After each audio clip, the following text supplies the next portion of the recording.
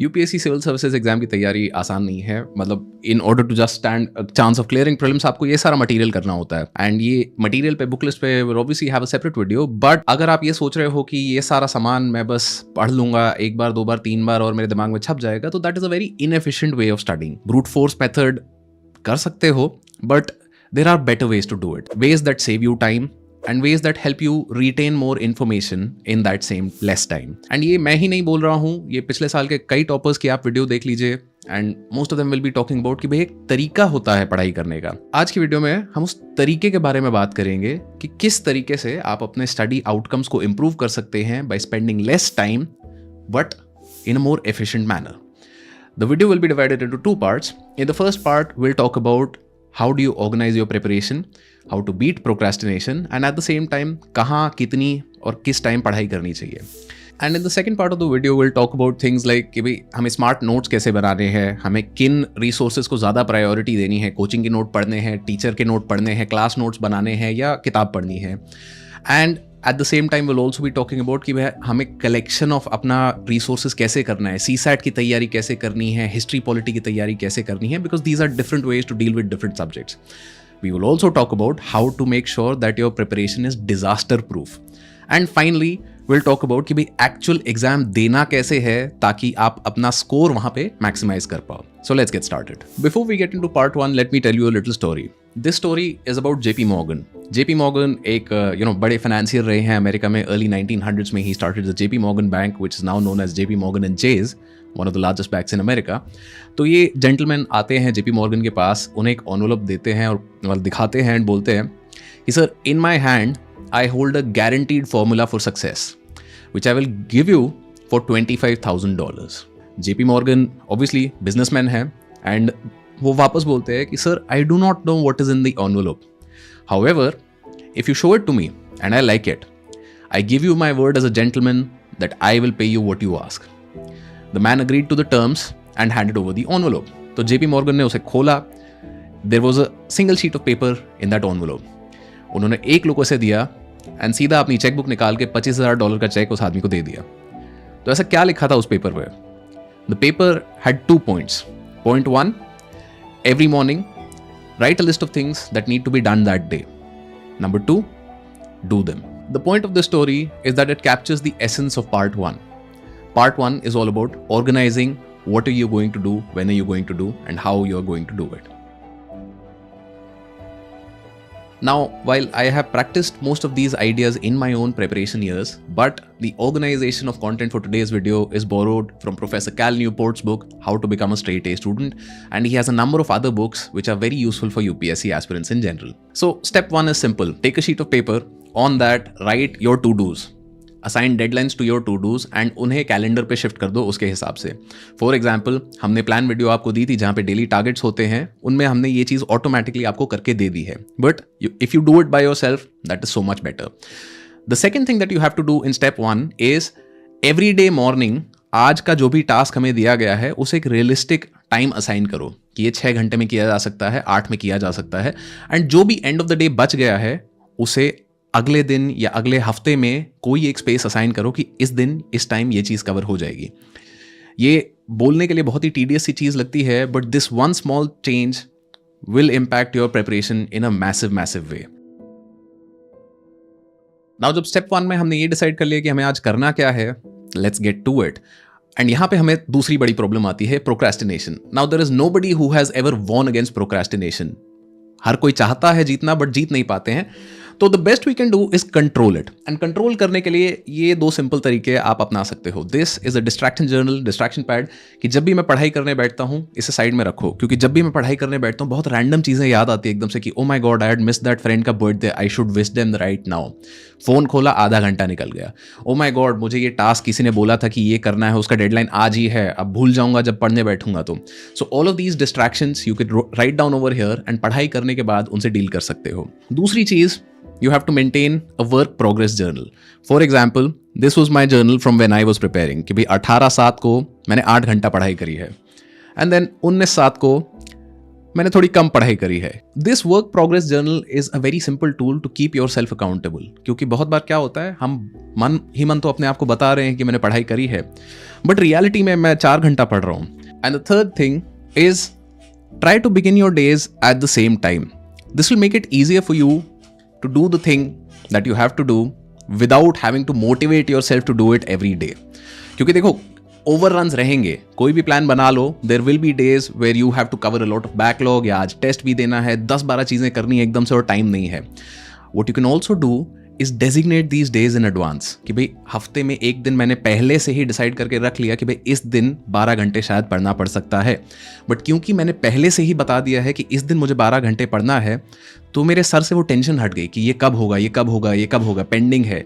Pending की tension paper पे निकाल के साइड में रख दो।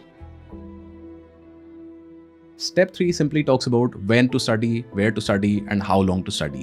Even if you're a night owl or an early bird, it doesn't matter. Exam आपका सवेरे 9:30 बजे ही होगा if you're talking about prelims, and if we talk about mains तो 9 बजे से सवेरे 12 बजे तक आपका एग्जाम रहेगा। Ideally, you should be studying in the times of the exam so that during the exam you're not feeling sleepy. दूसरी चीज़, कहाँ स्टडी करें? Prefer to study in isolated locations, क्योंकि एक ग्रुप स्टडी सेशन बहुत जल्दी एक group distraction session में बदल सकता है एंड उस पर आपका कोई कंट्रोल नहीं रहेगा। Number 3, take a short break every hour. Pomodoro timer technique बहुत बार मेंशन करी है पहले भी हमने यहाँ पे, but the trick over here is कि जब वो छोटा ब्रेक ले रहे हो आप, तो सोशल मीडिया स्क्रॉल करने मत लग जाना, क्योंकि वो 5 मिनट का ब्रेक कब 50 मिनट का हो जाएगा आपको पता भी नहीं चलेगा। So that's it about part 1। Part 2 में अब हम बात करते हैं कि एक्चुअल स्टडी मेथड्स क्या है जो UPSC toppers and in general good students employ करते हैं in order to improve their outcomes and study more information, retain it better in a smaller amount of time.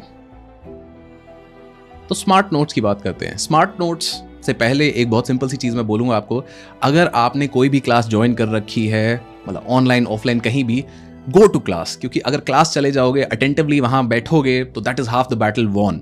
उसके बाद हमारा काम शुरू होता है एंड सबसे पहली चीज़ जो हमें करनी है वो कि हमें सब्जेक्ट्स को 2 पार्ट्स में डिवाइड करना है, एक टेक्निकल सब्जेक्ट्स एंड एक non technical subjects. Technical subjects आपके होते हैं CSAT, math, logical reasoning, and अगर मैथमेटिक्स आपका ऑप्शनल है, फिजिक्स ऑप्शनल है, all of these sorts of technical subjects. Non technical subjects हमारे होते हैं हिस्ट्री, पॉलिटी, जियोग्राफी, जहाँ पे फॉर्मूलाज का इस्तेमाल हमारा नहीं होता। जब हम नॉन टेक्निकल सब्जेक्ट्स पढ़ रहे हैं, फॉर एग्जांपल हिस्ट्री, आप सिविल डिसोबीडियंस मूवमेंट पढ़ रहे हो, तो it is much better to take your notes in a question, evidence and conclusion format. For example, you can have a question on top which is why did Irwin sign a pact with Gandhi ji? Evidence 1 क्या था कि mass movement का pressure था। Evidence 2, revenue loss for government. Evidence 3, system overload with 90,000 people taken prisoners in a very short duration of time. तो conclusion क्या निकला कि भाई British wanted to buy time and relieve the stress. एक added advantage आपको इस format का ये मिलेगा कि मेंस में सीधा क्वेश्चन इसी टाइप से पूछे जाते हैं and it will be so much more easier for you to replicate this data in mains. Now technical subjects की अगर हम बात करें तो इन सब्जेक्ट्स में इट इज मच बेटर कि आप sample problem and solution record करो। डोंट रिकॉर्ड कि नंबर सिस्टम में फॉर्मूला क्या था। नंबर सिस्टम में इंस्टेड मैंने 5 तरीके के सैंपल प्रॉब्लम लिख लिए कि भैया ऐसा प्रॉब्लम आता है, ऐसा प्रॉब्लम आता है, ऐसा प्रॉब्लम आता है, एंड इन सब का मैंने एक बंडल बना के रख लिया। तो ये जो 5 सैंपल प्रॉब्लम्स है, this is what you have to revise before the exam. Formula रट के जाने से कुछ नहीं होगा, फॉर्मूला कैसे अप्लाई करना है, that is what you need to know. Not all sources are equally important, and this is a big problem that a lot of people who are attending classes face. कि भाई class में मुझे किताब भी पढ़नी है अपनी एक, मुझे क्लास का PPT भी मिल जाएगा, मुझे एक्स्ट्रा नोट्स भी मिल जाएंगे, and all of this information अब मैं क्या क्या करूँ इसमें से। So the first priority should always be the book, कि अगर मॉडर्न हिस्ट्री करना ही है तो क्लास नोट्स, लेक्चर का PPT, एजुकेटर का hand out, all of these things come after having done the book first. Step 6 is a simple idea that you have to organize your notes. मैंने notes बना लिए QEC format में, sample problems का सब चीज़ बहुत बढ़िया, but अगर मैं इनको तरीके से नहीं रखूँगा तो इनका कोई फ़ायदा नहीं होगा। So you have to organise your notes as per the syllabus. PYQs आपके बहुत बढ़िया गाइड रहेंगे इसमें कि भाई किस चीज़ का मुझे ज़्यादा डिटेल नोट्स चाहिए एंड किस चीज़ का मैं हल्के नोट्स से काम चल सकता है। For non technical subjects like polity and history, question, evidence, conclusion format में अगर आप अपने नोट्स बनाते हैं, you will be at a much greater advantage. And technical subjects such as CSAT, उनके लिए आप सैम्पल प्रॉब्लम्स वाले नोट्स अपने बनाते हैं और उन्हें बंच करके रखते हैं। तो मुझे नंबर सिस्टम के लिए ये 5-7 प्रॉब्लम पढ़ के जानी है, मुझे बिना बात के अपना दिमाग खराब नहीं करना है, and that will make your life easier. क्योंकि ये चीज़ टाइम से पहले अगर हो जाती है ना, तो मेरे को स्ट्रेस नहीं होता है। पेपर से पहले मुझे एग्जैक्टली पता है मुझे क्या क्या चीज़ें करनी है। सो अब हमने नोट्स बना लिए, नोट्स को ऑर्गेनाइज कर लिया, सारी चीज़ें हमने कर ली। Now comes the time for conquering all of this material through revision. And revision के लिए the best method so far known to science and in practice is active recall. Active recall एक सिंपल सा idea है कि this is step 7। How many of you remember steps 1 to 6 so far covered in this video? And be honest with yourself. If you do remember them, do let me know in the comments. Because अगर पिछले 10-15 minute में जो भी हमने बात करी वही आपको याद नहीं रही है तो 1.5 घंटे के लेक्चर में कैसे याद रहेंगी चीज़ें? Active recall is a force that you have to put on your brain in order to recall things that you will need later on. And ये एफर्ट डालना पड़ेगा, ये बाहर से आके कोई नहीं डालेगा, एंड जब तक ये डालोगे नहीं तो चीज़ याद नहीं रहेगी। दूसरा, रट्टा कुछ चीज़ों का आपको मारना पड़ेगा। फॉर एग्जाम्पल फंडामेंटल राइट्स या article 324 deals with the election commission of India, या डीपीएसपी में आर्टिकल 44 क्या है। All of these things you will have to memorise. And अगर आप ये सोच रहे हो कि मैं एक दिन बैठूंगा और 12 घंटे सिर्फ मैं रट्टा मारूंगा, तो ये नहीं होने वाला है। अपना रट्टाफिकेशन को स्पेस आउट करो, क्योंकि that will make it easier for you to recall these ideas, and spaced repetition is the best way for you to recall things in the long run. Step 8 talks about disaster insurance, कि अब civil services exam में हमें इतना सब material करना है, जाहिर सी बात है बहुत सारे डाउट्स हमारे रह सकते हैं। एंड अगर इन डाउट्स को हमने तभी की तभी इंडेक्स नहीं किया, कि मैंने किताब में ही एक बड़ा सा गोला मार लिया या हैशटैग लगा दिया या something I have not done in order to ensure कि भाई जब ये चैप्टर खत्म हो जाए या जब ये सब्जेक्ट खत्म हो जाए तो ये सारे डाउट्स मुझे क्लैरिफाई करने हैं, तो it will be very hard for you to keep a track of कि भाई कहाँ पे क्या दिक्कत आई थी। इस तरीके से हैश लगा के अपनी किताब में याद रखो कि भैया हाँ इस चीज के बारे में डाउट पूछना है, and then later on ask a friend और a mentor to help you out with these.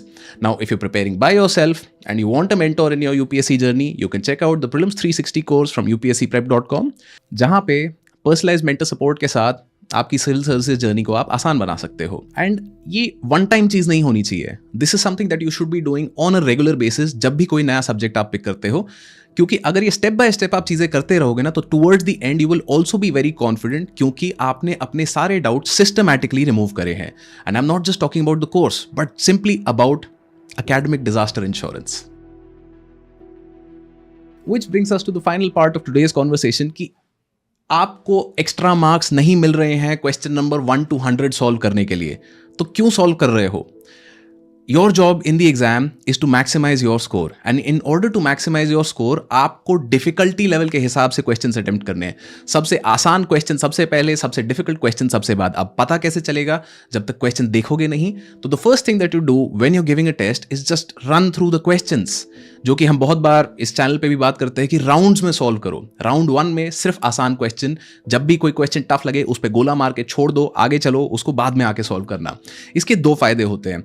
Number 1, your speed increases, क्योंकि आसान सवाल जल्दी हो जाता है। नंबर 2, जब भी हम कोई क्वेश्चन देख लेते हैं वो हमारे सबकॉन्शियस में रजिस्टर हो जाता है। जब मैं आधे घंटे बाद उस क्वेश्चन पे आऊंगा तो मेरे सबकॉन्शियस में से कुछ एक्स्ट्रा इन्फॉर्मेशन मुझे निकल के आएगी which will help me in solving that question, right? So that brings us to the conclusion of this video कि 3 ways in which you can organize yourself, beat procrastination, and when, where, and how to study, and then 6 methods of study employed by actual UPSC toppers.